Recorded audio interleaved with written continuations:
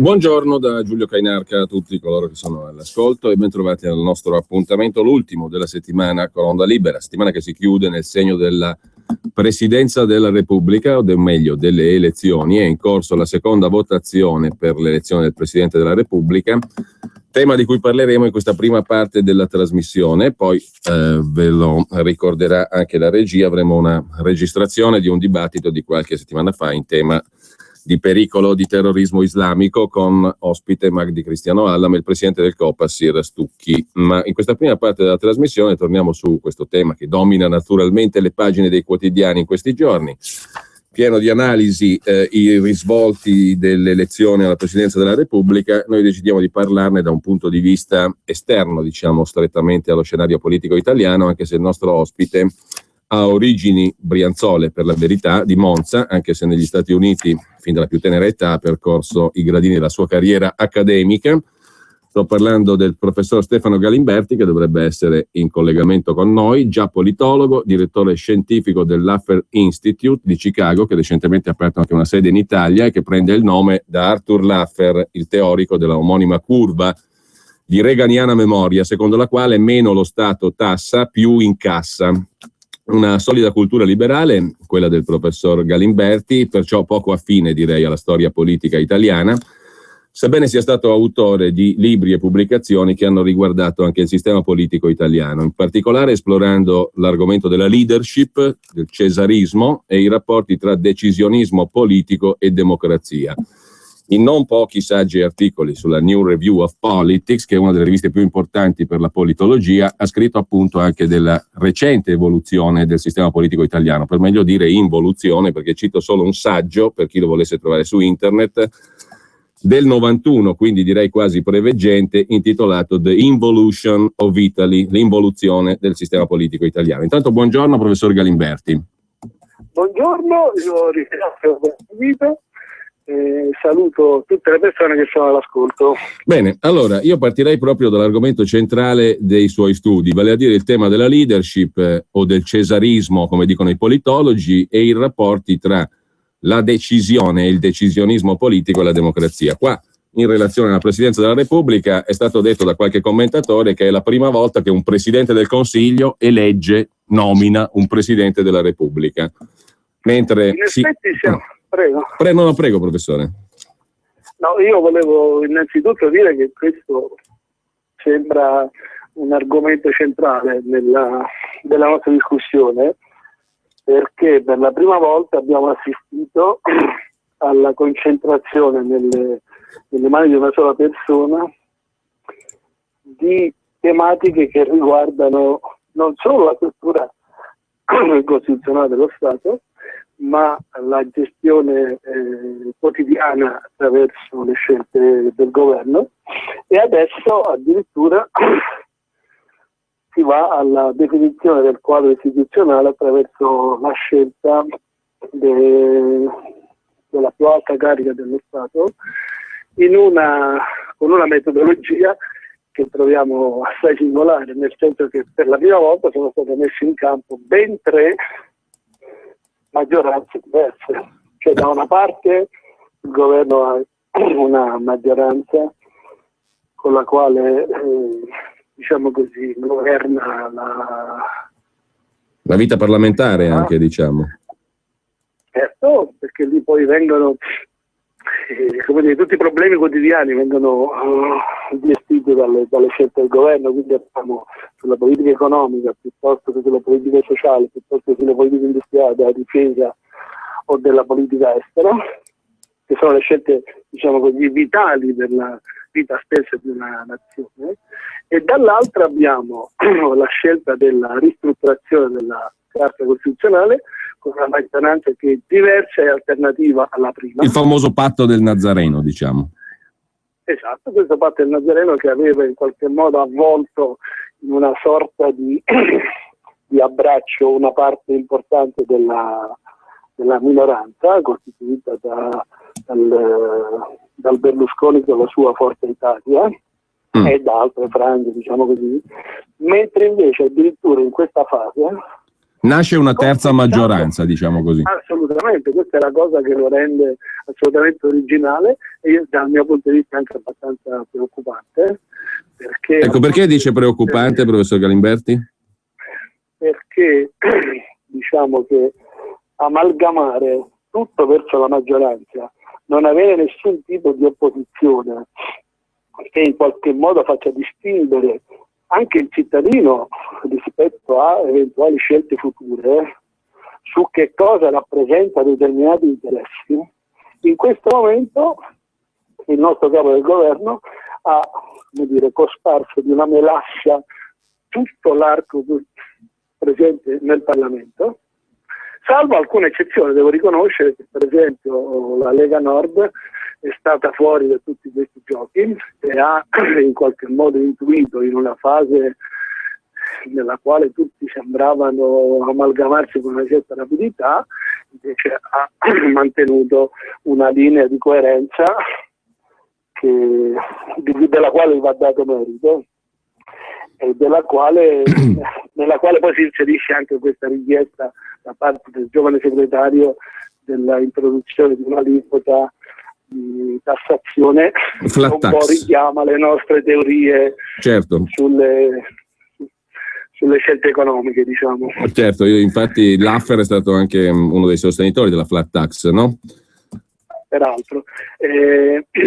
Non so, noi abbiamo forse individuato una ricetta in anni diversi da questi, che però, se adottata in questa fase, credo che provocherebbe una scossa assolutamente virtuosa al nostro sistema economico. Ecco, questo sarebbe un tema, professor Galimberti, da approfondire. Che possiamo trattare magari in un'altra sede, Esatto, io vorrei tornare però alla sua osservazione sulle tre maggioranze, perché le vorrei chiedere questo.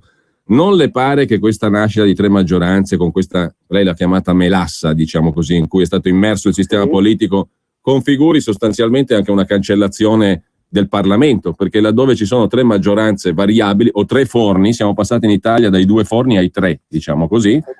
Questo è un argomento molto delicato. Io penso che però questa tematica sia legata al tipo di elezione che ha portato il parlamentare a essere succube di una, diciamo così, leadership anche dei propri partiti, cioè il proprio partito attraverso la leadership che siamo in quel determinato momento sceglie i rappresentanti attraverso le liste bloccate, attraverso...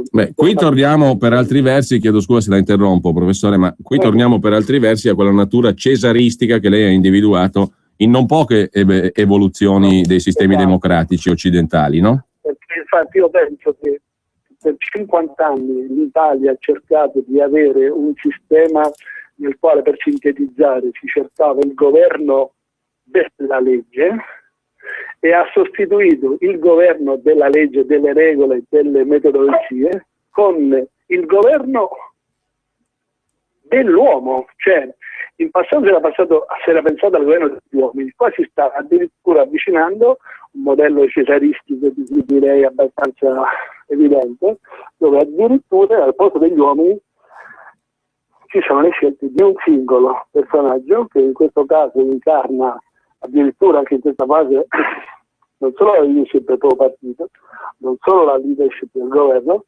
ma addirittura ha ingabbiato con la sua scelta anche la scelta del Presidente della Repubblica.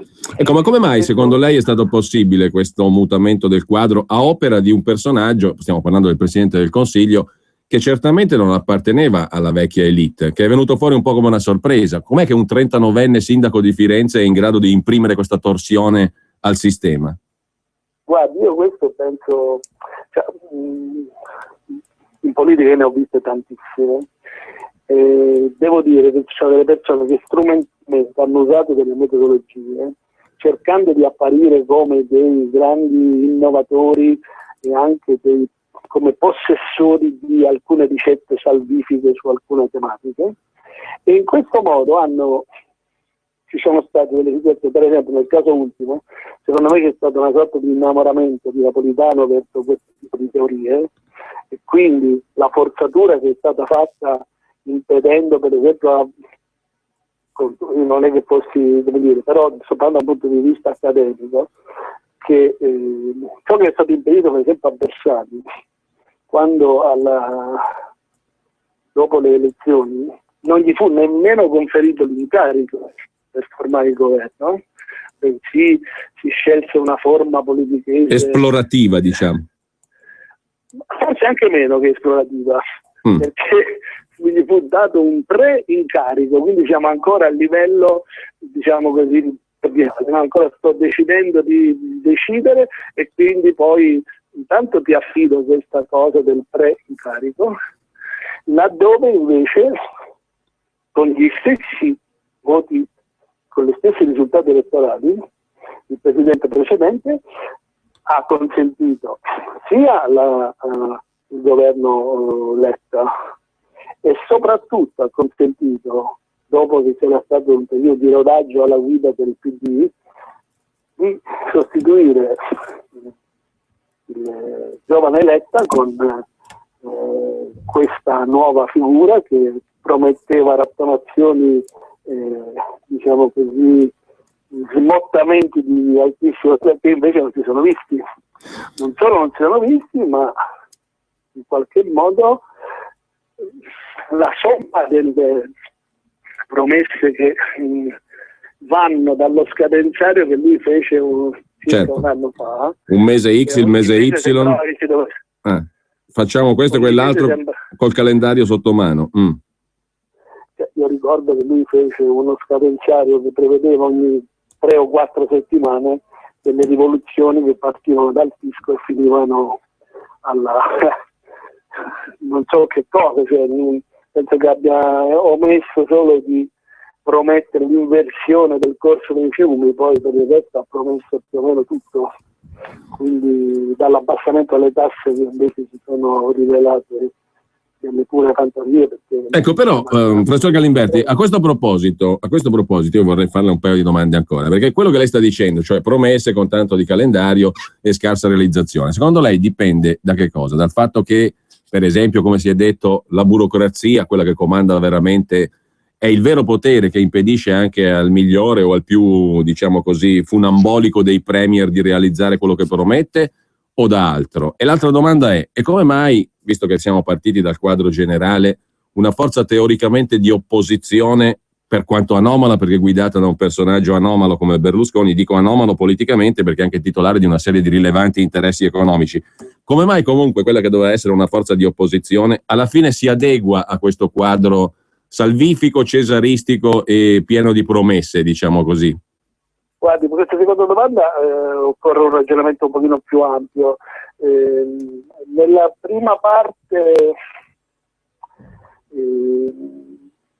diciamo che qua è tutto un quadro dove secondo me l'adesione al modello cesaristico prevede, cioè quello che è successo per esempio in Grecia adesso, cioè l'immissione di un virus che potrebbe in qualche modo sconvolgere tutti gli equilibri europei, perché un sistema, quando viene infettato da un qualcosa che sta fuori da tutto, quello che è successo per esempio anche 2 anni fa in Italia con l'ingresso di Grillo nel panorama politico con un percentuale di voti che fu sconvolgente per quei tempi, ora si sta allargando a macchia d'olio questa cosa.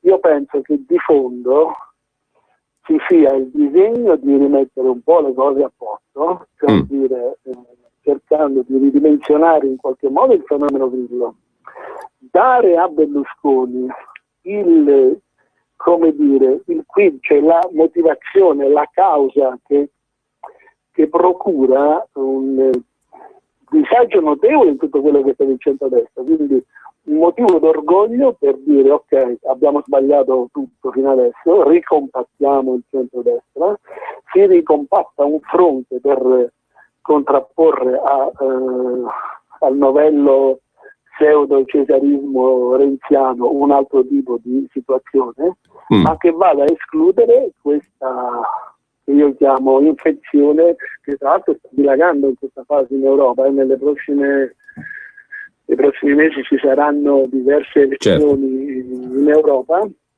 dalla Spagna alla Germania, dal Lussemburgo all'Olanda ci sono state già delle, e non solo poi nei paesi del nord ancora peggio, ci sono stati tutta una serie di segnali che prediligono l'aumento di pressioni verso un certo tipo di governo e in qualche modo io penso che ristabilire una sorta di bipolarismo in Italia sia lo scopo fondamentale, sia lo scopo principale di tutta. Quindi il ristabilimento del bipolarismo passa anche attraverso questa melassa di cui lei diceva prima, in cui Forza Italia va insieme a Renzi e viceversa. Penso di sì, perché lo spostamento di Renzi a sinistra in questa fase è assolutamente palese e il ricompattamento del centro-destra mi pare che sia sotto gli occhi di tutti. C'è la solita quota di personaggi che aspira soltanto a ritornare a Montecitorio, che troverà a Renzi in fase elettorale, che io penso sarà molto molto ravvicinata, perché la mossa che lui... Quindi lei dice si va a votare presto?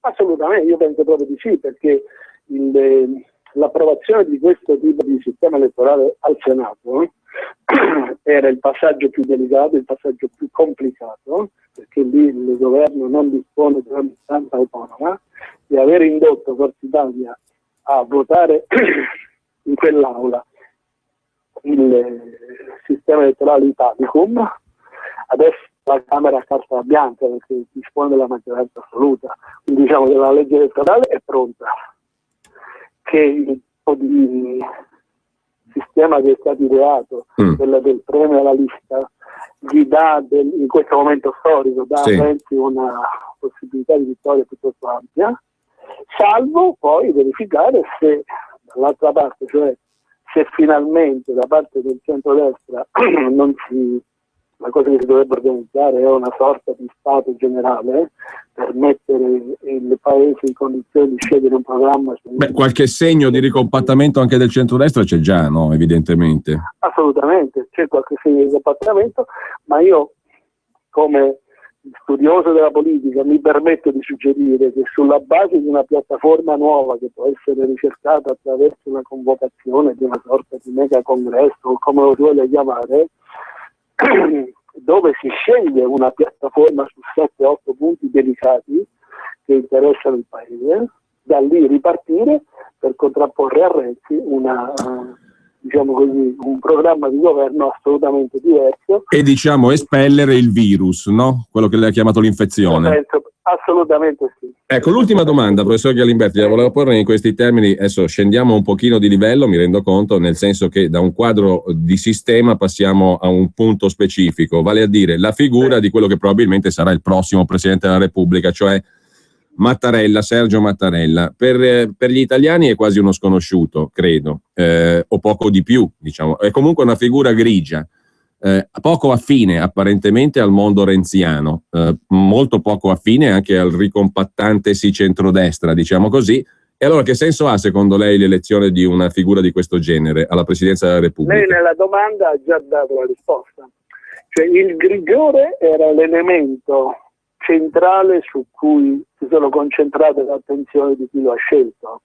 Cioè nel momento in cui c'è una propensione all'esaltazione dell'opera del premio attuale, non si poteva certo andare su un cinquantenne rampante, né si poteva andare su una figura di spessore internazionale, perché diciamo che le diarchie, queste robe legate a dualismi e a individuazione di doppio leadership in qualche modo confondono poi le acque, e questo Renzi non se lo può permettere. Ha scelto una persona, diciamo così, riservata, con un curriculum, diciamo così, che appartiene a chi ha vissuto la Prima Repubblica, ha conosciuto curriculum assolutamente più importanti che potevano essere spesi a livello internazionale con una maggiore facilità. Certo.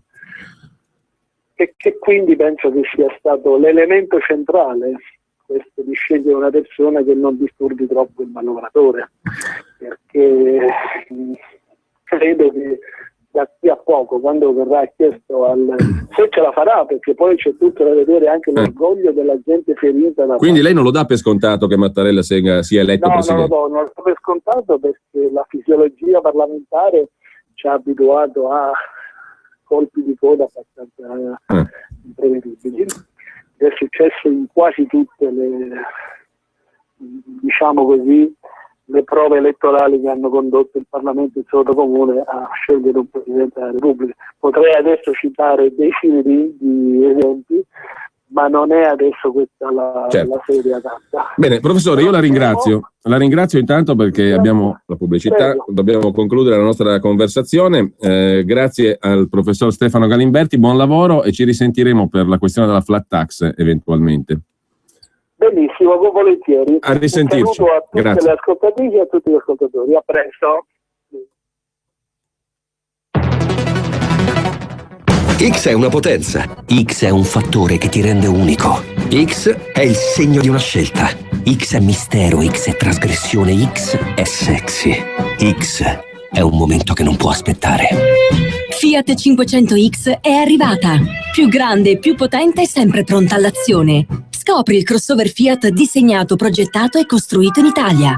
Vieni a provarlo anche sabato e domenica in tutte le concessionarie Fiat.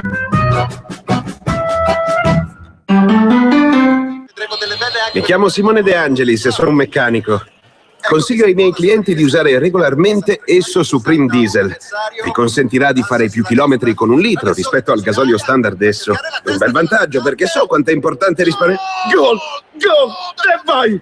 Io l'adoro, ma non quanto la mia squadra del cuore, ovviamente. Nuovo Esso Supreme Diesel. Te lo consiglia Simone. Provalo subito.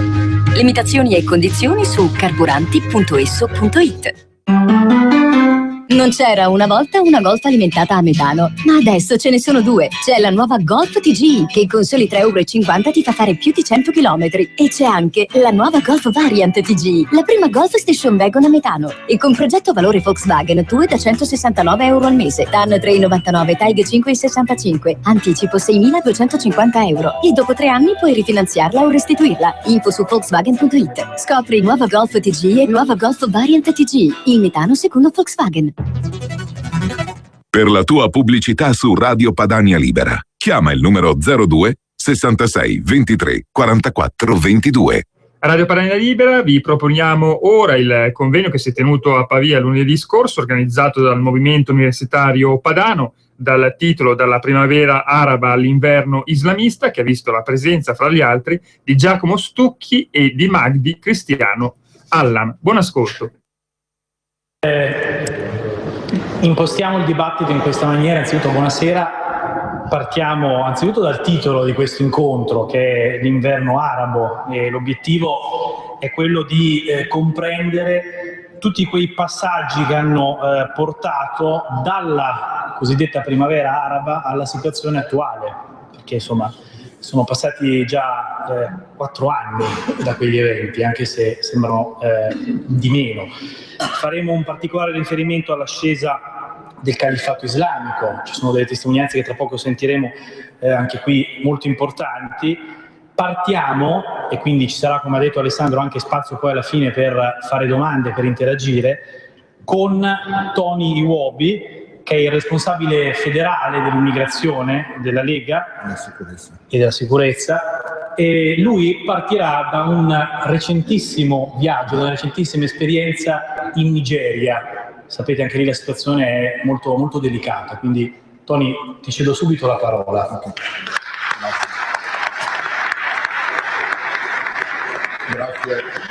Grazie per questo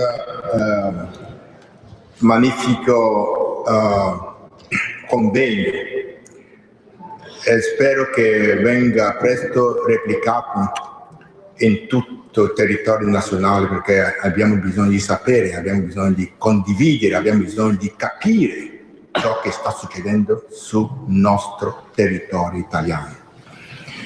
L'avete chiamato primavera arabo? Io l'avrei detto chiamandolo primavera italiana, perché in questo momento è l'Italia che ha veramente bisogno di un vero cambiamento strutturale. Se vogliamo parlare di cambiamento, sì, ho avuto questa idea di recame in Nigeria proprio per mettere in atto quel famoso slogan, che non è uno slogan, ma contiene un messaggio molto forte che dice: aiutiamoli a casa loro.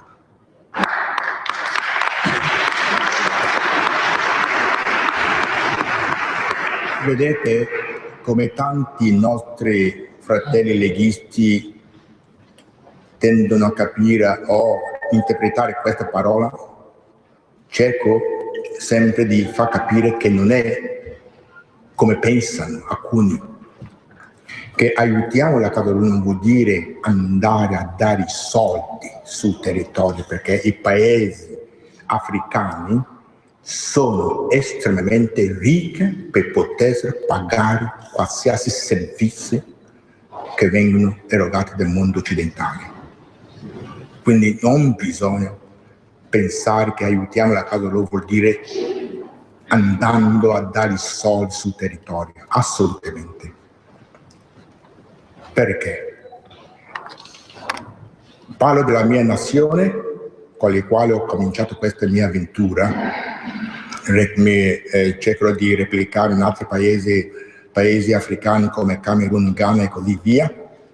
Ho iniziato con Nigeria, conoscendo il territorio, conoscendo la realtà nigeriana, conoscendo la sua potenzialità e tutt'altro che riguarda il mio paese. Infatti sono molto contento di questo viaggio, perché è stato un viaggio proficuo, molto positivo. Ho parlato con le autorità del paese, infatti il paese che sta preparando per la prossima elezione nazionale amministrativa, quindi ho avuto incontro sia con il governo in carica attuale, sia con il partito che sta, perché è un bipolarismo perfetto, diciamo. Abbiamo un sistema americano come sistema politico. Nigeria conta 36 stati confederati. Dopo i suoi 1000 contraddizioni interne, alla fine si sono arrivati ad applicare questo sistema politico che si chiama federalismo fiscale e sta funzionando. Al di là dei fatti che sta succedendo oggi in quell'area geografica del mondo, dei fatti spiacevoli che si chiama Boko Haram, che, attenzione, quando succedono in questi altri paesi non dimentichiamo che può succedere anche nel nostro paese, con il sistema o con la politica migratoria che sta portando avanti il nostro governo. Come dicevo, ho avuto questo incontro molto importante che mi ha fatto capire profondamente chi siamo noi italiani. Quando un paese africano cerca di mettere in dubbio la politica di un paese di cosiddetto primo mondo che si chiama l'Italia, mi viene molto dubbio, un brivido, veramente. Parlando con loro ho avuto questa conferenza stampa che ha avuto un esito molto positivo. I giornalisti che mi facevano delle domande, le autorità locali che si sono aperte per un confronto, una collaborazione con il mio governo, mi dissero. Subito ho pensato, ma con quale governo? Quale governo? C'è il Ministero dell'Interno con il suo direttore nazionale dell'immigrazione che voleva collaborare con il mio governo. Ho detto no, non possiamo in questo momento, perché il mio governo non c'è alcun tipo di collaborazione che possiamo portare avanti in questo tema, perché è l'unico governo in questo mondo che autorizza l'immigrazione clandestina, La clandestinità è un reato globale. Questo è l'unico paese, quindi mi sono sentito di tirarmi fuori su questo ambito. Bene, questa è la realtà. Mi sono detto, vabbè, teniamo a bado questa loro intenzione di collaborazione, auspicando che a breve si dovesse andare a voto in Italia, può darsi che cambierà questo governo. E spero questo veramente è l'unico modo per poter attivare questa collaborazione. Poi diciamo che la Lega ormai esiste oggi in Nigeria ufficialmente, è una realtà. Lega che sbarca anche un paese africano.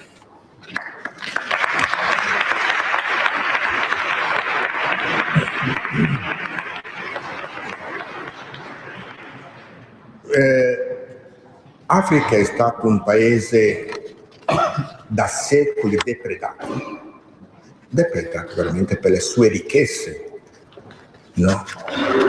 E continuano ancora a svolgere questa loro illecito attività, cambiando veste, trasformandosi in multinazionali che non hanno assolutamente intenzione di far sviluppare l'Africa.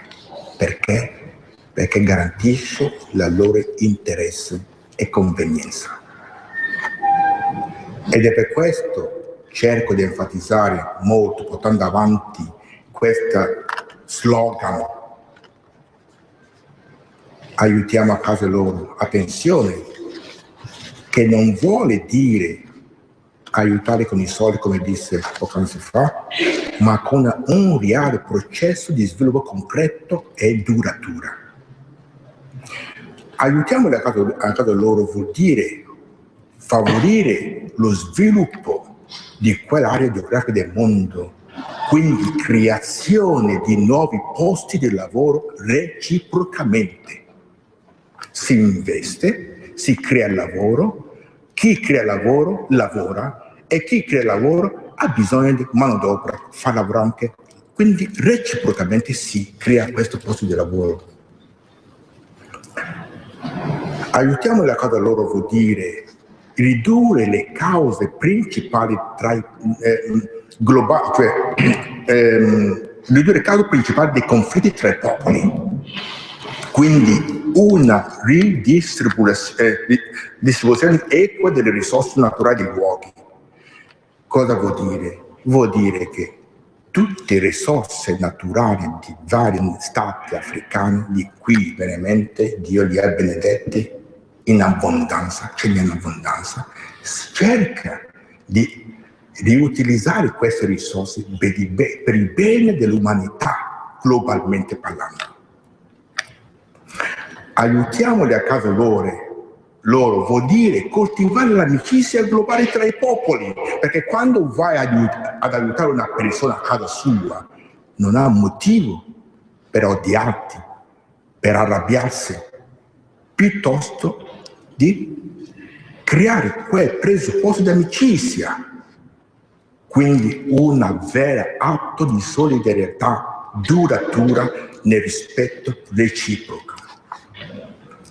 Aiutiamoli a casa loro vuol dire democratizzazione del mondo nel rispetto reciproco e in modo civile e condiviso, non con le armi né con la forza.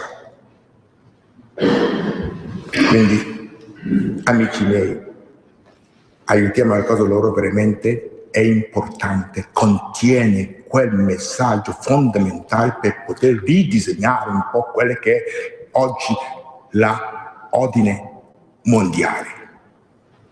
Se ciò che vogliamo parlare. L'immigrazione, attenzione, che l'immigrazione fa parte del DNA dell'uomo. Non possiamo depennare oppure criticare completamente, profondamente l'immigrazione. Un tipico esempio, non ci sarebbe stato l'Expo senza l'immigrazione. Quindi cerchiamo di cominciare a differenziare, cioè a valorizzare un po' quella che è l'immigrazione regolare. Va assolutamente rivisto applicando quei principi fondamentali, poiché l'immigrazione, facendo parte integra degli esseri umani, non può essere assolutamente depennata completamente. Se vogliamo parlare di immigrazione regolare, allora in questo contesto abbiamo urgentemente bisogno di rivedere alcuni concetti fondamentali, particolarmente in questa parte del mondo, l'Italia. L'Italia oggi è l'unico paese che ha un pessimo politica immigratoria, che va assolutamente, urgentemente corretta. L'immigrazione regolata in ogni contesto socio-economico di ogni nazione, nei momenti di crisi economica di lavoro come la nostra, l'immigrazione va assolutamente regolata in base alle necessità oggettive. Se ci sono lavoro, che ben venga l'immigrazione per il motivo di lavoro. Se non ci sono lavoro, se non riesci a garantire quelle prospettive occupazionali per i tuoi cittadini interni, non c'è bisogno di importare altri per l'esterno. Quindi va regolata. Favorendo assolutamente l'immigrazione, maggiormente l'immigrazione per turismo, perché questa porta ricchezza all'interno del paese, oppure per affari. Ci sono tanti uomini d'affari oggi che girano nel mondo. Perché no? Queste sono le immigrazioni che noi intendiamo, che noi vogliamo valorizzare, che noi cerchiamo di portare avanti.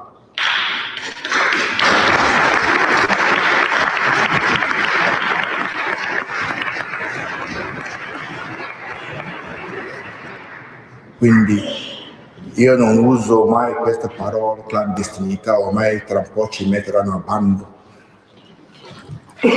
Chiamiamolo con il suo vero nome, va bene, se vogliamo essere educati, irregolari.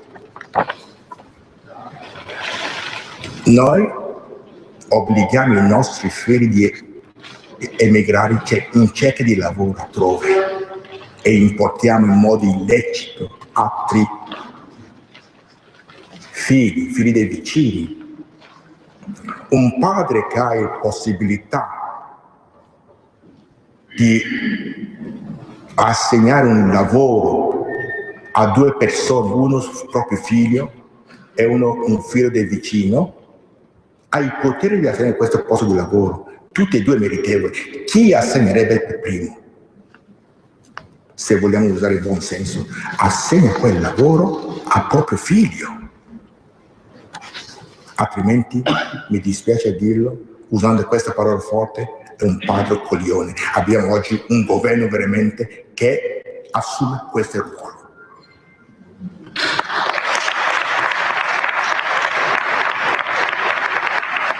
Quindi spero di non dilungarmi troppo, in termini quindi più avanti magari quando delle domande mi vengono delle intuizioni ben più forti. Vorrei restare solo un secondo con Tony, perché lui è un esperto, appunto, conosce molto bene la realtà nigeriana. Non dimentichiamoci che ci sono all'orizzonte delle elezioni presidenziali, c'è stata anche la visita del segretario di Stato americano. Proprio qualche giorno fa il vescovo Oliver Dachidem di Maiduguri, la capitale dello stato di Borno, nel nord della Nigeria, ha denunciato nuovi attacchi sanguinosi da parte di Boko Haram. Non entro nel dettaglio, però insomma, donne, bambini, ecco, eccetera, eccetera. Ecco, Boko Haram è un argomento insomma molto vasto. In che modo però con le elezioni alle porte c'è un rischio terrorismo in quello Stato? Sì. Boko Haram, chiamiamoli quelli che vogliamo, Boko Haram, ISIS e quanto altro, sono tutti tutti i fondamentalisti islamici che portano avanti la loro guerra, il loro credo, mettendo a rischio la sicurezza mondiale. Vedete, il Boko Haram non sono nigeriani, sono alcuni personaggi del paese confinante. Quando parliamo di Chad è un paese per eccellenza arabo. Niger, che è confinato con la Nigeria, altrettanto. Niger è confinato con Mali lo conosciamo. Quindi sono paesi che sono stati conquistati dal Boko Haram. Sappiamo che hanno la loro mentalità, il loro disegno, quello di conquistare il mondo intero, fa diventare il mondo intero un mondo musulmano, islamico. E su questo tema veramente non voglio entrarci in merito perché abbiamo un esperto che ci parlerà dell'Islam. Quindi sono stranieri che vengono a disturbare e guarda caso si limita soltanto in questo stato. Dicevo prima che Nigeria è costituita da 36 stati, Borno è capitale di stato, Maiduguri è capitale di stato di Borno, guarda caso è confinato con il Chad, quindi hanno ogni tanto i loophole, quella possibilità di accedere, no? Creando questi disagi, disordine e quanto altro. Diciamo che l'ultimo attacco che c'è stato un grande respingimento del militare nigeriano. E in più, quando ci sono delle lesioni, guarda che Nigeria non è un paese qualunque, veramente. È un paese che ha una sua potenzialità economica, quindi interesse molto forte. Ecco perché i disturbi e quanto altro. Comunque, il fondamentalismo islamico è un rischio per il mondo intero. Bisogna combattere con tutta la forza. Grazie.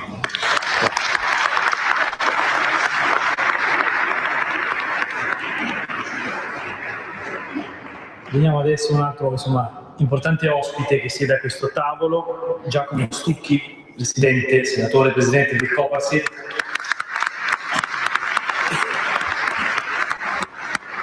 Lui magari entrerà in merito della cooperazione internazionale e c'è una domanda che in molti si fanno in questi giorni, senatore, che è quella il livello di allerta che c'è nel nostro paese, soprattutto dopo i fatti di Parigi. Non so se vogliamo partire da qui oppure arrivarci. Io mi alzo in piedi, accendiamo un microfono. Allora, buonasera a tutti e grazie per l'invito come prima cosa.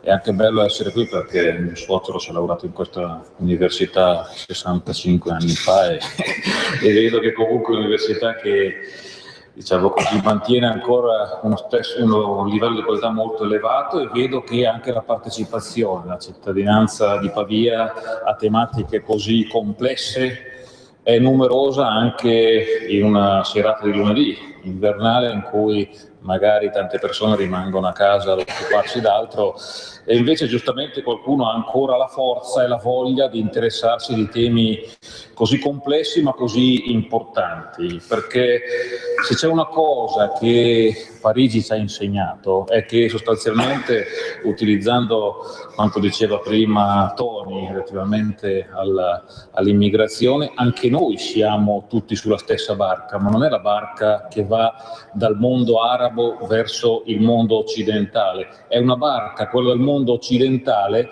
che oggi viene attaccata per farla affondare, viene attaccata nelle sue fondamenta, nella sua struttura portante, viene attaccata per quanto riguarda i propri valori. Oggi sono al centro dell'obiettivo dei fondamentalisti islamici i valori dell'Occidente. L'obiettivo è sconfiggere l'Occidente per quello che rappresenta nei loro confronti, per quello che rappresenta nella loro ottica, nella loro visione, che è una visione totalitaria, è una visione che porta a cancellare il diverso, non a conviverci o a trovare una sorta di mediazione. I valori occidentali per questo, come punto di riferimento per tutte le culture che si sono sviluppate, vorrei ricordarlo, non dall'oggi al domani, ma con tanti secoli di conquiste, tanti secoli che sono costati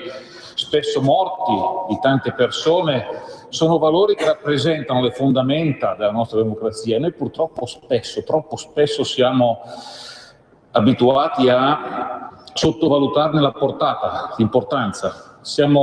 Li diamo per acquisiti. Per noi il fatto che la vita sia una cosa da tutelare è scontato. Chi dice il contrario? Eppure c'è qualcuno che non ha questo tipo di concezione. Il fatto che ci sia la democrazia, il fatto che ci si possa confrontare, certe conquiste sociali, sono cose che sono nel nostro DNA, eppure anche queste non sono, passatemi il termine, gratis, non ce le hanno regalate, le abbiamo conquistate, ma sono i vari passaggi di una evoluzione sociale e culturale del nostro mondo che ci ha portato a essere qui oggi, questa sera, come dicevo all'inizio, a confrontarci e ad affrontare un tema così delicato che in questo momento, perché Parigi se lo ricorda, è sulle prime pagine dei giornali. Ma troppo spesso sulle prime pagine dei giornali troviamo il gossip, troviamo notizie che riguardano, per carità, magari cose importanti, ma a me di occuparmi della grazia di Corona, piuttosto che invece occuparmi delle questioni fondamentali che riguardano la nostra libertà, francamente mi interessa poco. La nostra distrazione con l'occidentale è dovuta anche a quello che siamo molto liberi, siamo forse anche troppo liberi, e quindi il fatto di avere questa libertà ci porta a impegnare il nostro tempo, i nostri interessi, spesso anche su questioni che hanno un rilievo, diciamo così, relativo, ma che per noi nella quotidianità diventano problemi importanti o questioni importanti a cui dedicare del tempo durante la nostra giornata e magari ignorare lo stesso giorno dei fatti che accadono in Nigeria. Prima si parlava di Boko Haram. Boko Haram penso che quotidianamente faccia delle stragi che, penso di non esagerare, coinvolgono almeno più di 2 o 3 dozzine di persone. Ci sono almeno 30-40 morti al giorno in quelle zone e spesso sono cristiani e noi lo dimentichiamo. Dimentichiamo che c'è una guerra di religione in quelle zone, come c'è stata in Egitto, ce lo spiegherà magari dopo Magdi quello che è successo ai copti in Egitto. Quanti erano qualche anno fa e quanti sono adesso? Anche lì, grazie al fatto che si parlava prima del titolo di questo convegno, l'inverno arabo, grazie al fatto che tolti alcuni tappi, definiamoli così, parliamo di Mubarak piuttosto che Gheddafi, piuttosto che di Saddam Hussein, con tutte le loro figure, tutte le responsabilità, per carità, comunque intervenendo su determinate realtà senza avere la soluzione che potesse portare a una maggiore stabilità e anche a un diverso sistema di controllo con i paesi, ci sono state delle conseguenze che, mal gestite, hanno portato a una situazione di assoluta ingovernabilità. Passatemi il termine, di anarchia. Se qualcuno di voi oggi ha la possibilità di leggere i documenti che girano anche su internet sulla situazione della Libia, si renderebbe conto che probabilmente anche il cattivo Gheddafi, rispetto alla situazione che oggi sta vivendo il popolo libico, era una soluzione che permetteva a loro di vivere meglio. È stato bello finché è durato. Ora però ti rottamo. Se ami la tua pelle, Rottama il tuo vecchio fondotinta. Portalo in farmacia. Subito per te il 20% di sconto su un nuovo fondotinta Vichy. Sconto minimo consigliato sul prezzo praticato dal rivenditore. Valido dal 15 gennaio al 15 aprile 2015. Farmacie aderenti su vichy.it. Opel Mokka, il meglio dell'ingegneria tedesca. SUV, compatto e unico. 2 volte SUV 4x4 dell'anno in Germania. Opel Mokka 2015. Completo di tutto ancora a 16.900 euro. Oppure oggi tasso zero, TAEG 220, anche sabato. Costruisci il futuro della tua impresa. INAIL riconosce una riduzione del premio assicurativo alle aziende con dipendenti attive da almeno 2 anni che hanno realizzato nell'anno precedente interventi di prevenzione per migliorare le condizioni di salute e sicurezza nei luoghi di lavoro, oltre a quelli previsti dalla normativa. Presenta la domanda entro il 2 marzo 2015. Informati su inail.it. INAIL sostiene le imprese che investono nella sicurezza dei lavoratori. Per la tua pubblicità su Radio Padania Libera, chiama il numero 02 66 23 44 22. Missione possibile, il trasloco della tranquillità. Se devi traslocare, la missione è possibile. Grillo Antonino Traslochi. Scopri tutti i nostri servizi su www.grilloantonino.it. Pentadent sostiene la prevenzione. Questo mese il check-up completo non ti costa nulla. Vieni a trovarci. Visita, eventuale panoramica e piano di cure sono eseguiti con la massima professionalità e se la tua bocca lo necessita, potrai effettuare anche una visita specialistica con un nostro ortodontista e implantologo. Scarica subito il coupon prevenzione dal sito pentadent.it o chiama all'800 700 860 800 700 860. Nella casa del futuro l'energia è pulita e la tecnologia diventa amica dell'ambiente. Laghi Alpini SRL propone a Augusto Garolfo villini singoli e bifamiliari in classe A+, con costi energetici quasi azzerati. Una sintesi perfetta tra estetica, comfort ed efficienza per regalare agli acquirenti il sogno di un'abitazione veramente ecocompatibile. Per informazioni 0331 070 766 laghialpinisrl.it. Per la tua pubblicità su Radio Padania Libera, chiama il numero 02 66 23 44 22. In quegli anni, e dire questo vuol dire, capisco un'eresia, ma vuol dire una verità, vuol dire ammettere delle responsabilità magari più francesi che nostre, diciamolo pure, che hanno portato a sottovalutare determinate conseguenze. Quando devi intervenire su mondi così delicati non puoi intervenire come un elefante in una cristalleria, devi centellinare le scelte, devi capire quelle che sono le ripercussioni e capire anche che di fronte a un'azione c'è una reazione che può essere 10 volte più pesante. Prima giustamente Tony faceva riferimento all'invasione, a tutta quella gente che arriva sulle nostre coste con la speranza di avere un futuro migliore. Quasi 200.000 l'anno scorso, e poi parleremo magari anche di questioni legate alla sicurezza per quanto riguarda le persone che arrivano con questo mezzo particolare di trasporto, anche se, dobbiamo dirlo, tutti i clandestini, la maggior parte dei clandestini non entrano con i barconi ma entrano in altro modo nel nostro paese. Quindi dicevo 200.000 persone che arrivano, parecchi di queste hanno, diciamo così, manifestano il desiderio di essere riconosciuti come dei rifugiati politici.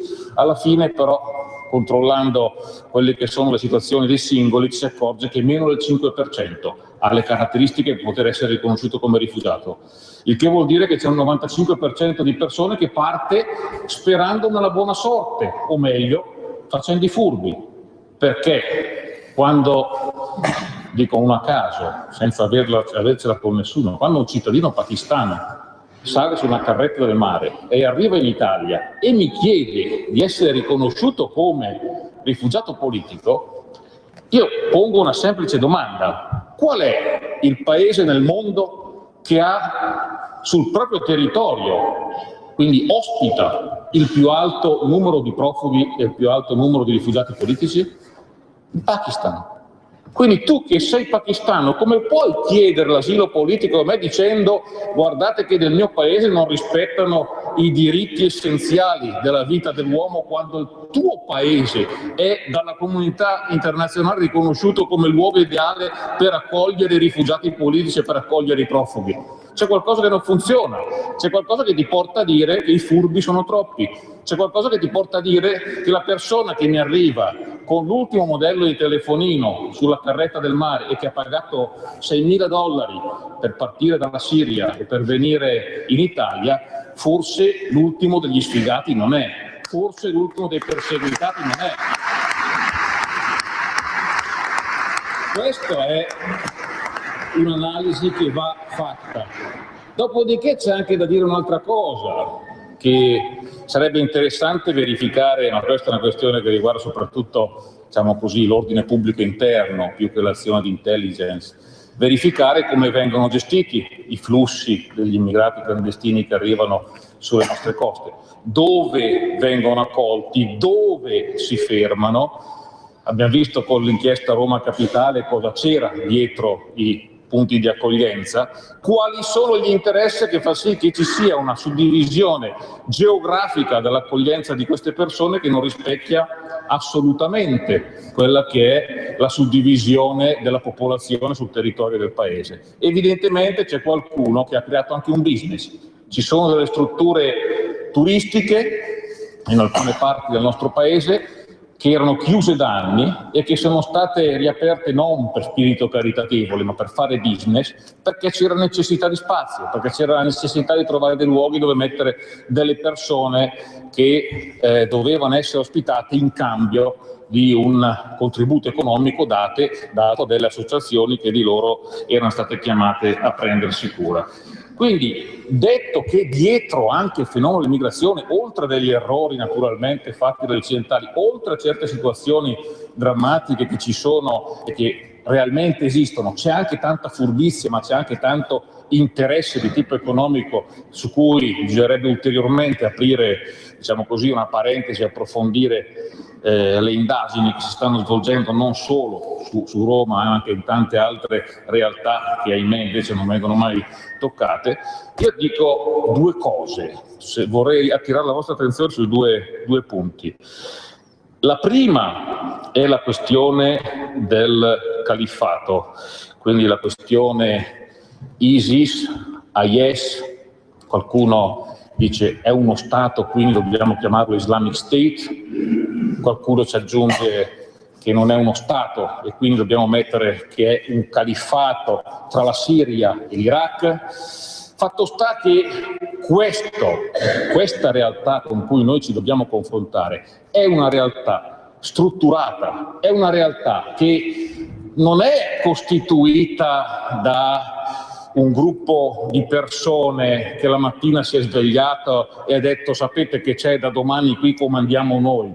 No, ci sono tutta una serie di soggetti, voi reduci da Saddam Hussein ad esempio, che soprattutto questi soggetti che hanno un bagaglio di capacità, di professionalità, di conoscenze, anche mediatiche, che portano a far sì che ogni loro azione colpisca l'immaginario dell'opinione pubblica occidentale, perché quello che ci vogliono far vivere è soprattutto la sensazione di impotenza, la paura del vivere quotidiano, il non vivere, perché uno ha paura di frequentare determinati luoghi. Guardate, se uno dovesse chiedermi quali sono oggi i luoghi in Occidente più, diciamo così, attenzionati, uso un brutto termine, da possibili interessi dei terroristi, parlando di Occidente, io dico tutto l'Occidente, perché la Francia vale tanto quanto l'Italia, tanto quanto la Germania, tanto quanto la Gran Bretagna per rimanere in Europa.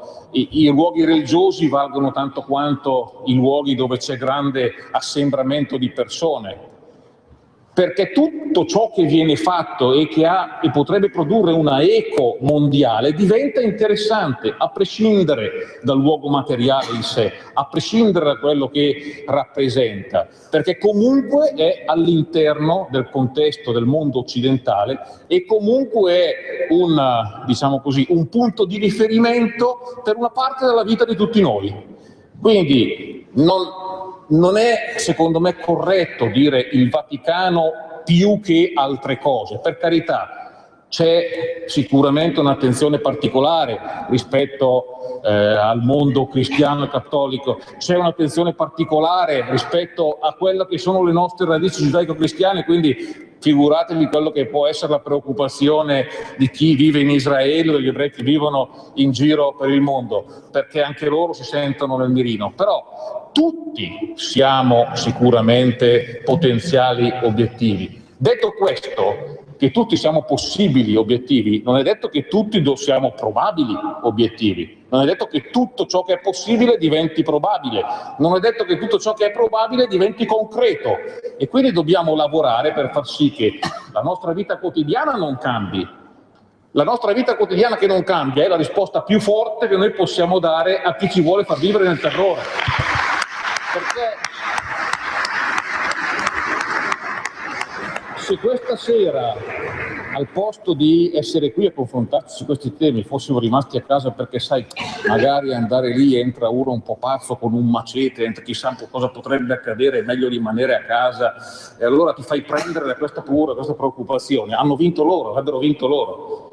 Questo non possiamo permetterlo. Non possiamo permetterlo perché nessuno, si diceva prima, tutti dobbiamo essere padroni a casa nostra, nessuno può venire a imporci le leggi di realtà, di culture che non ci appartengono, ma soprattutto, lasciatemelo dire, di culture che hanno un retaggio medievale che è evidente e che non possono passare perché rappresenterebbero non un passo indietro, ma decine, centinaia di passi indietro nella storia.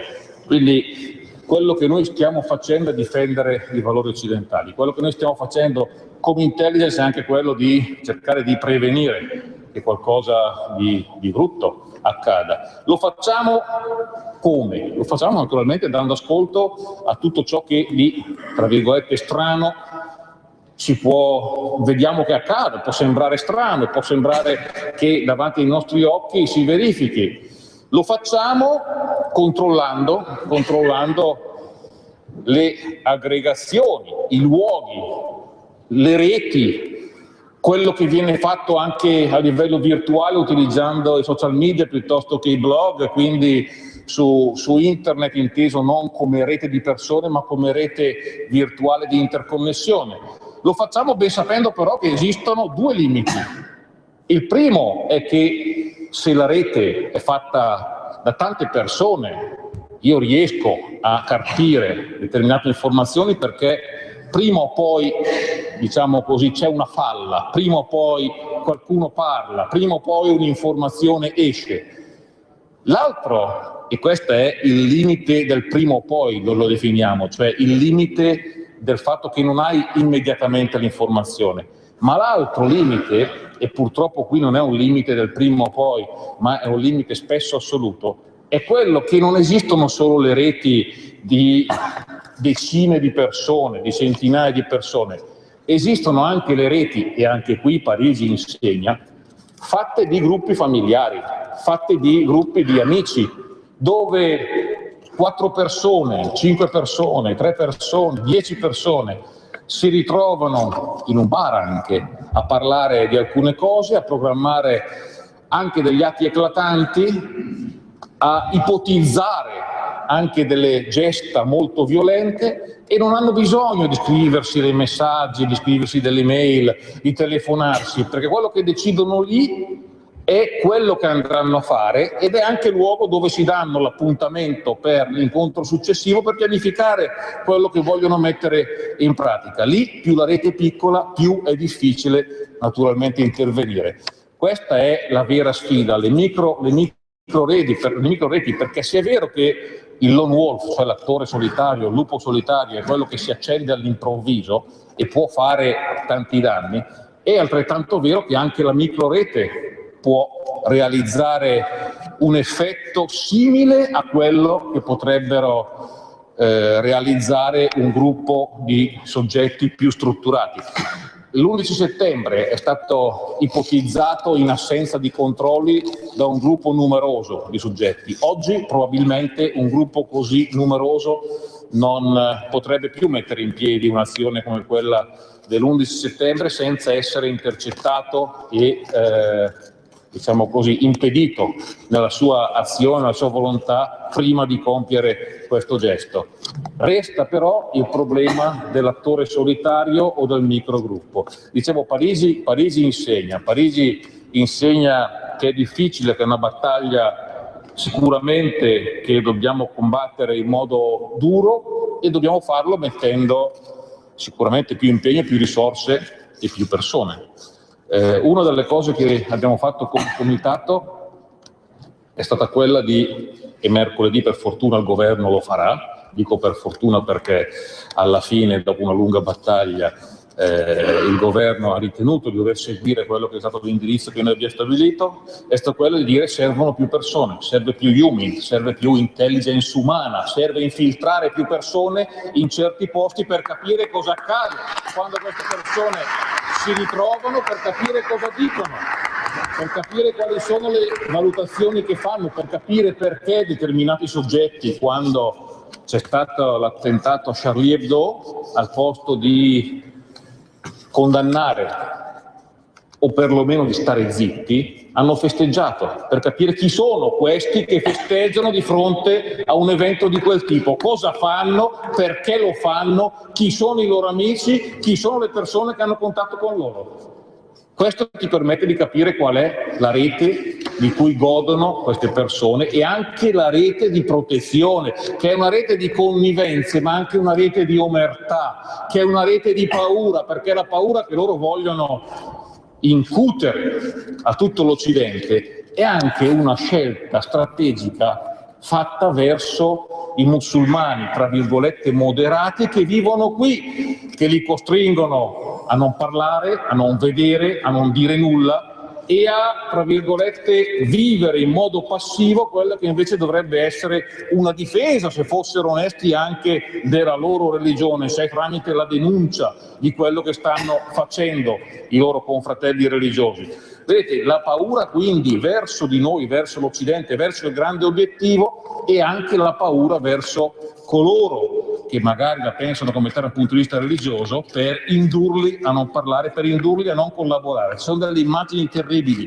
che io ho avuto modo di vedere in cui si mostra come vengono ammazzati una serie di persone musulmani, tra l'altro, perché accusati di essere traditori o di non essere dei buoni musulmani, cioè di non essere sufficientemente praticanti, dei soggetti presi quasi a caso per condizionare gli altri, non tanto perché erano responsabili, ma perché in questo modo anche lì, anche in quelle zone, si tiene sotto controllo quello che potrebbe essere magari qualche rigurgito di opposizione e di quindi volontà di cambiamento che viene soffocato con la paura. La strategia della paura è proprio quella, come dicevo all'inizio, che viene utilizzata di più.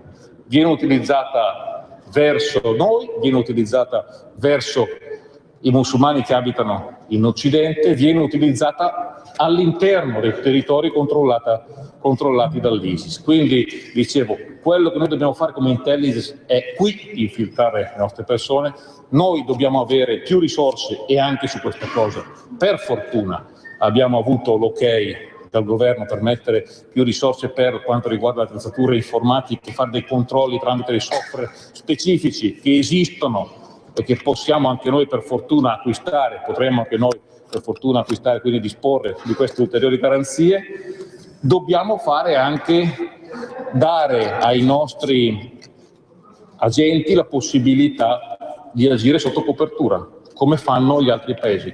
Dobbiamo sostanzialmente dare alla nostra intelligence, che lavora in via preventiva, lo ripeto, non in via successiva, perché dopo determinati fatti intervengono le forze dell'ordine, a cui va il nostro plauso per quello che fanno naturalmente. Quando l'intelligence che a fini preventivi ha individuato il target, l'obiettivo, passa all'informazione, a quel punto interviene la Digos, intervengono i ROS con la procura che dà gli indirizzi. Noi dobbiamo dare la possibilità però, dicevo, anche di agire sotto copertura, perché dobbiamo capire una cosa, che per vincere una guerra dobbiamo disporre tutti delle stesse armi. Noi non possiamo pensare di vincere una guerra se ci autocastriamo, se ci autoponiamo dei limiti che permettono al nostro competitor, in questo caso al nostro nemico, chiamiamolo col nome e cognome, di vincere facile, di giocare con 14 giocatori in campo e noi magari con 8 calciatori in campo. Non possiamo permetterci questo, perché la sfida è troppo importante, perché in ballo ci sono i nostri valori, c'è la nostra storia, ci sono le nostre vite, c'è il nostro futuro. Ecco, la battaglia che noi stiamo portando avanti è questa, è una battaglia di civiltà ed è questo che noi dobbiamo spiegare. Io penso che quando interverrà dopo di me Magdi Allam, ricordando alcuni dei passaggi che lui ha fatto qualche settimana fa a Bergamo, un convegno molto partecipato, credo che ci spiegherà ulteriormente quali sono le difficoltà che stiamo vivendo, ma soprattutto l'importanza della posta in paglia. Ma sono sicuro anche che grazie al fatto che tutti voi avete investito, non dico sacrificato, avete investito qualche ora questa sera per venire ad ascoltare non tanto noi, sì, perché magari è importante, ma soprattutto avete investito del tempo per riflettere sulle questioni che noi abbiamo posto, su cui chi ha organizzato il convegno, il MUP in primis, ha deciso di richiamare la vostra attenzione, uscirà, non dico più confortato, ma sicuramente più consapevole del fatto che certi valori non possono essere lasciati così gestati dal cestino, perché rappresentano lo sforzo e il risultato del sacrificio della vita di tante persone che sono venute prima di noi.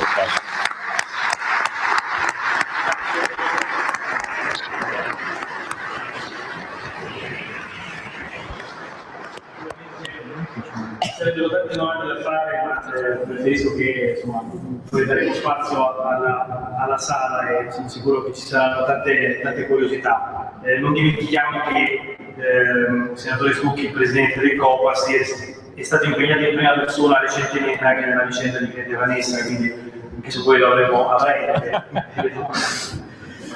Andiamo a Magdi Cristiano Allam, che non ha bisogno di presentazione, ci mancherebbe. Partirei dal titolo di quel libro che sta avendo un grande successo, perché questa sera sono state firmate tante copie. Non perdiamo la testa, che più che un titolo è un grido di dolore e di speranza, però, a tutti gli effetti. Grazie.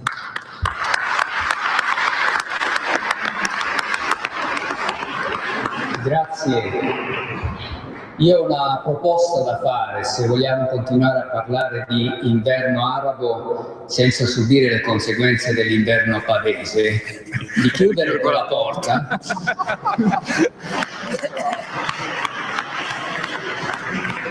Grazie, anche perché mi arriva dritto. Io vorrei ringraziare di cuore Alessandro e complimentarmi con il movimento dei giovani universitari della Lega Nord Padani per il successo di questa serata.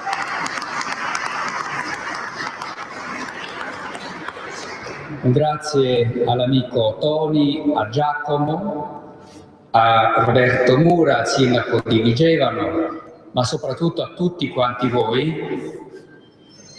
E vedete, il compito più difficile che noi abbiamo oggi di fronte è apparentemente banale, e cioè quello di prendere atto della realtà. Noi abbiamo paura di prendere atto della realtà. Un attimo dopo che i due terroristi islamici francesi avevano sterminato il vertice del settimanale satirico francese Charlie Hebdo, tutti erano preoccupati di dire: l'Islam non c'entra, i musulmani non c'entrano. Eppure hanno ucciso gridando Allah è grande, e mentre sparavano hanno detto: abbiamo vendicato il nostro profeta.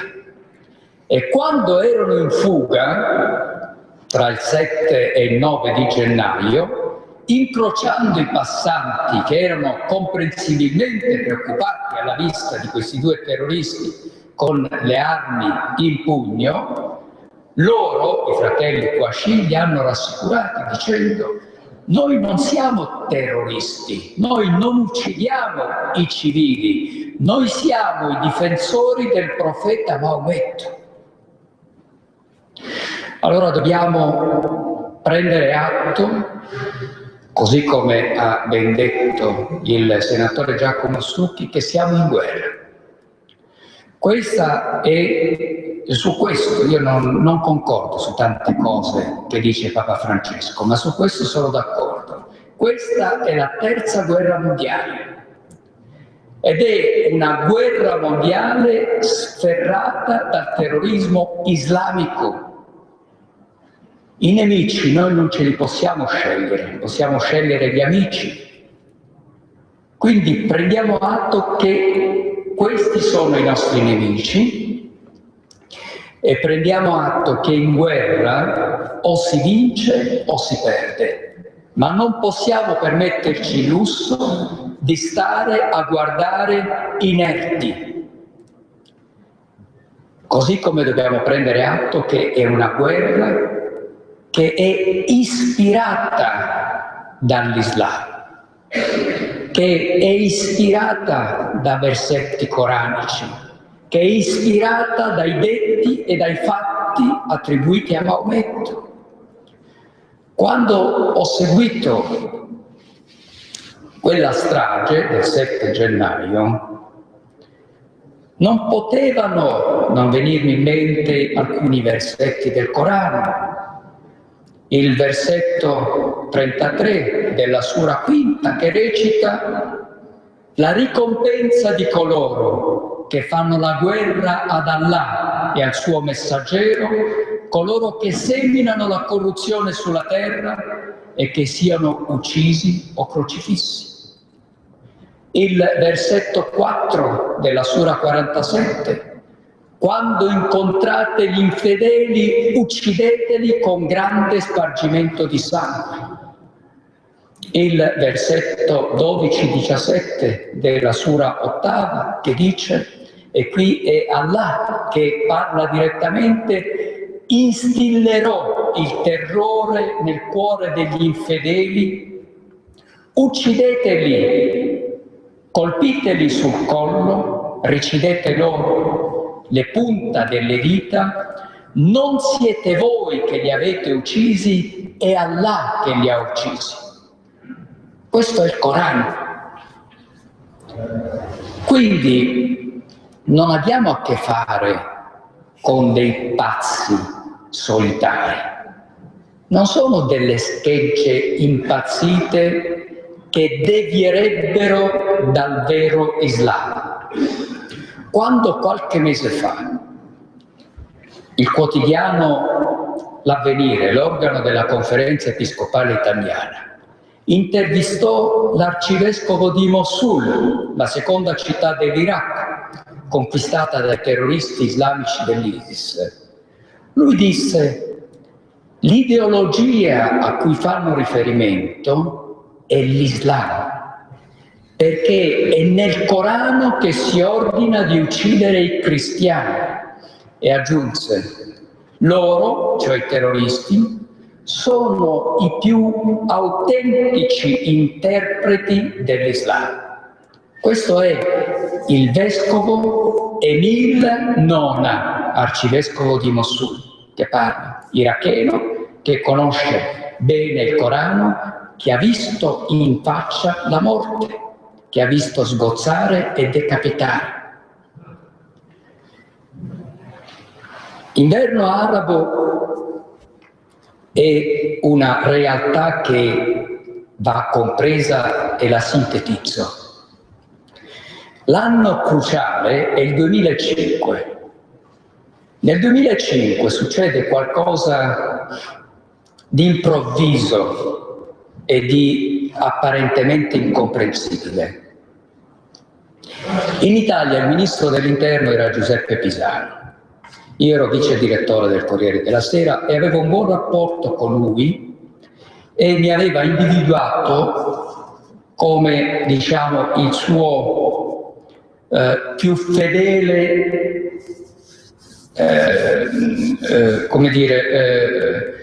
interprete o proponente delle sue idee per l'opinione pubblica italiana, quindi mi rilasciava delle interviste, diciamo, di peso. Giuseppe Pisano aveva avuto il coraggio, a seguito di articoli che avevo pubblicato, il primo su Repubblica e l'altro sul Corriere della Sera, di espellere dall'Italia 2 imam della grande moschea di Roma. Ora facciamo un breve intermezzo pubblicitario e poi riprenderemo con l'ultima parte del convegno che ha visto la presenza di Magdi Cristiano Alla, Toni Iuobi e Giacomo Stucchi. Non c'era una volta una Golf alimentata a metano, ma adesso ce ne sono 2. C'è la nuova Golf TGI che con soli 3,50 € ti fa fare più di 100 km. E c'è anche la nuova Golf Variant TGI, la prima Golf Station Wagon a metano. E con progetto valore Volkswagen, TUE da 169 € al mese, TAN 3,99, TAIG 5,65, anticipo 6.250 €. E dopo 3 anni puoi rifinanziarla o restituirla. Info su Volkswagen.it. Scopri nuova Golf TGI e nuova Golf Variant TGI, il metano secondo Volkswagen. Non riesco a immaginare la mia vita senza di lei. È il mio primo pensiero quando mi sveglio e l'ultimo quando vado a dormire. Ci ho messo anni per trovarla, ma è stato amore a prima vista. L'ho sistemata e ora fa che è una meraviglia. Uso regolarmente esso Supreme Diesel perché contribuisce a migliorare l'efficienza dei motori diesel e ridurne le emissioni.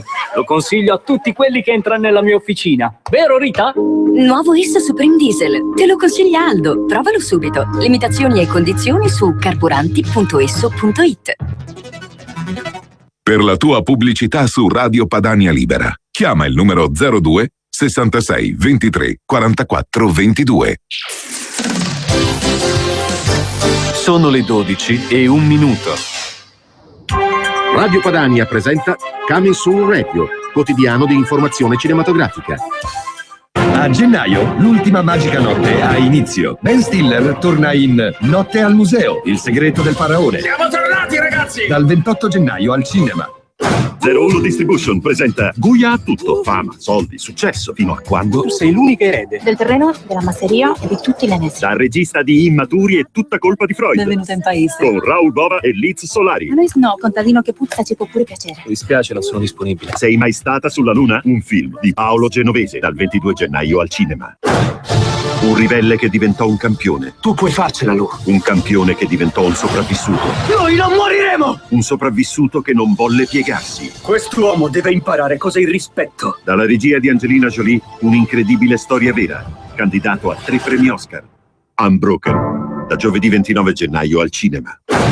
Scegliere di andare al cinema non è mai stato così facile. L'applicazione Coming Soon Mobile per i cellulari offre la programmazione completa delle sale cinematografiche di tutta Italia. Cerca il film che vuoi vedere nell'elenco sempre aggiornato. Leggi la trama, guarda il trailer e trova sulla mappa il cinema più vicino a te. E se la sala dispone del servizio ticketing, prenoti direttamente il biglietto. Richiedi gratuitamente Coming Soon Mobile inviando un SMS al numero 335 12 19 555 con scritto cinema. Con Coming Soon Mobile il cinema è a portata di mano. È assolutamente gratuito. Gli unici costi a carico del cliente sono quelli di connessione e dipendono dal proprio piano tariffario. Espellere dall'Italia 2 imam della grande moschea di Roma, quindi non di una moschea, come dire, di un piccolo centro, di una saletta di preghiera, no, della grande moschea di Roma, che è il luogo istituzionale dell'Islam in Italia, dopo che era stato accertato che questi imam avevano predicato odio, violenza e morte nei confronti degli ebrei e nei confronti degli infedeli. Eppure nel 2005 Pisano rilascia una intervista alla Radio Vaticana in cui dice: dobbiamo prendere atto degli sviluppi positivi, delle aperture democratiche dei fratelli musulmani e in Italia dell'UCOI e tenerne conto. Io rimasi sconvolto. Sempre nel 2005 il Ministero dell'Interno, e invito Giacomo ad approfondire, emana una circolare che interpreta una legge italiana che vieta a tutti di circolare in luogo pubblico a volto coperto, perché si specifica che tutti devono essere identificabili e che pertanto i tratti somatici devono essere visibili.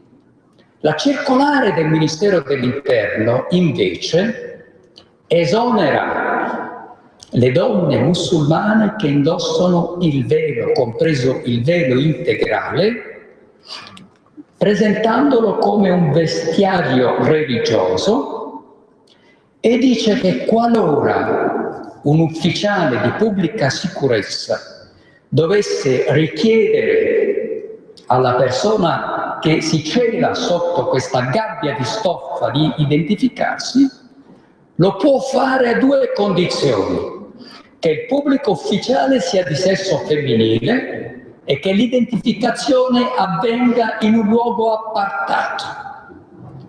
Quindi l'Italia di fatto ha adottato la Sharia, la legge islamica.